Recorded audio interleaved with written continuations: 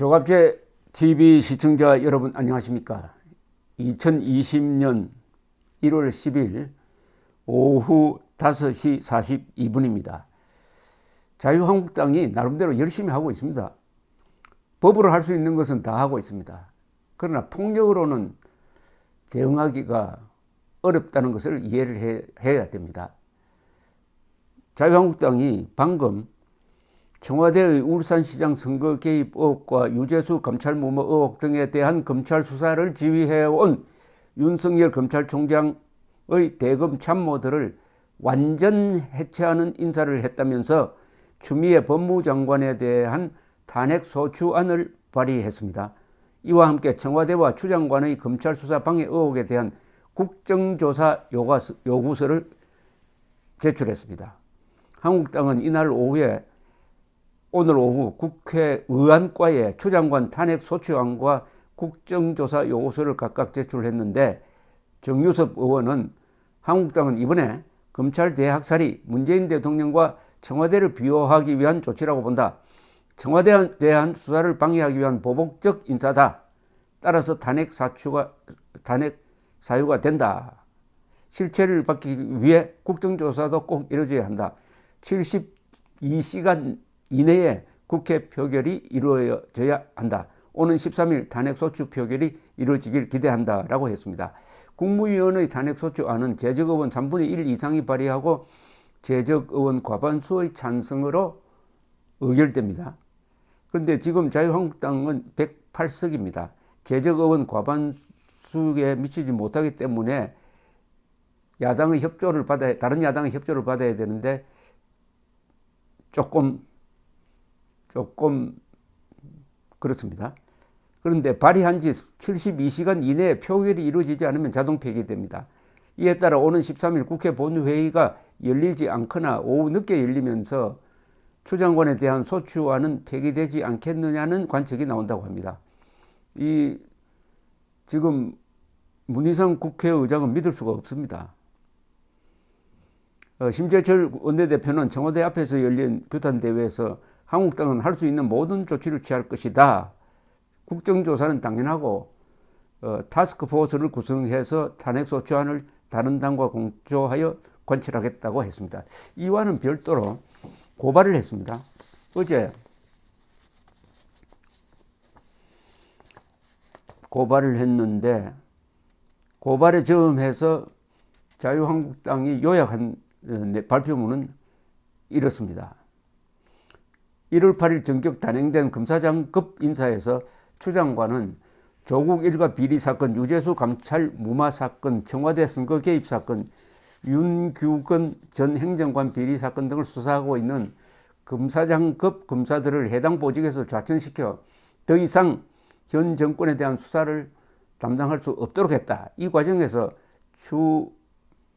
추미애 장관은 검사의 임명과 보직 절차에서 검찰총장의 의견을 듣도록 한 검찰청법 제34조 제1항을 정면으로 위반했다. 추 장관은 검찰총장에게 의견 제시를 명했는데 검찰총장이 이를 거부했다고 변명하고 있으나, 법무부는 검찰인사위원회가 개최된 1월 8일 오전까지도 검찰총장에게 인사안을 보내지 않았다. 인사안을 보내지도 않고 그에 대한 의견 제시를 명한 후 인사를 강행한 것은 그 자체로 검찰청법 제34조 제1항을 위반하여 검찰총장의 의견 청취 절차를 잠탈한 직권남용 행위다.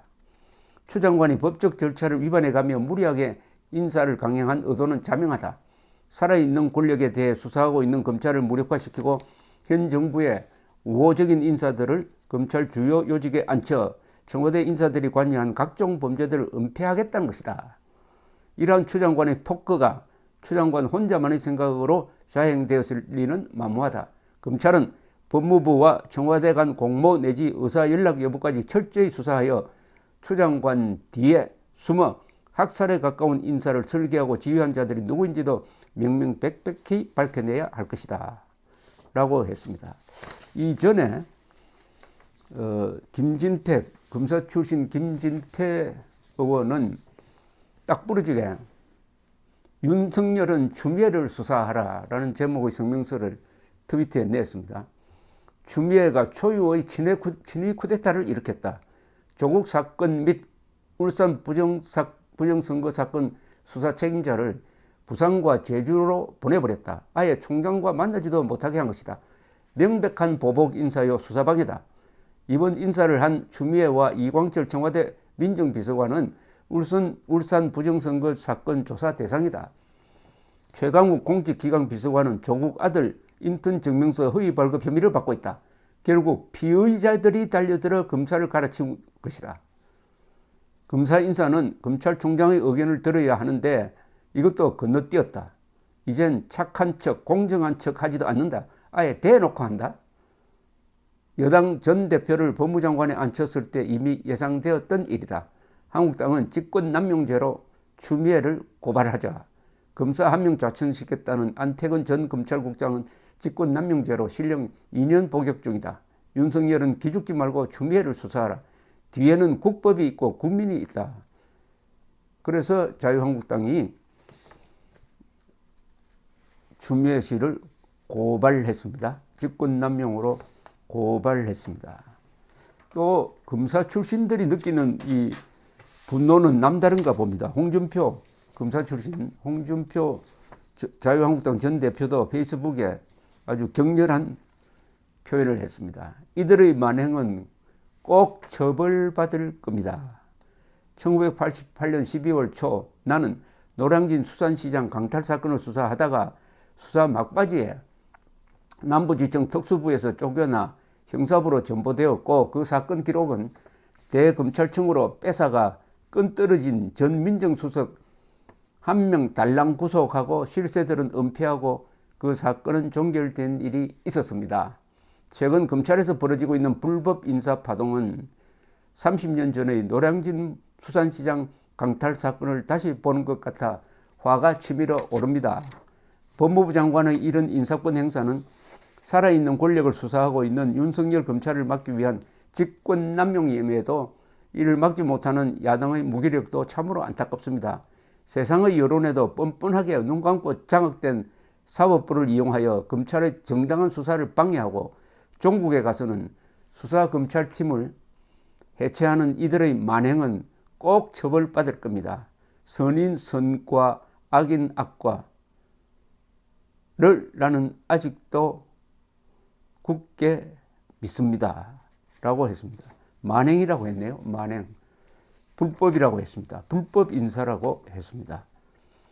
지난 한 달 동안에 벌어진 이 정권의 불법 공수법, 그 자체 공직자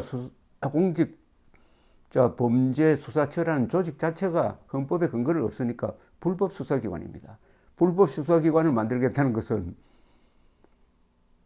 헌법에는 없는데 법률로서 상원을 만드는 것하고 마찬가지입니다. 국회를 하나 더 만드는 것과 마찬가지입니다. 그러면 이게 쿠데타가 되는 거죠.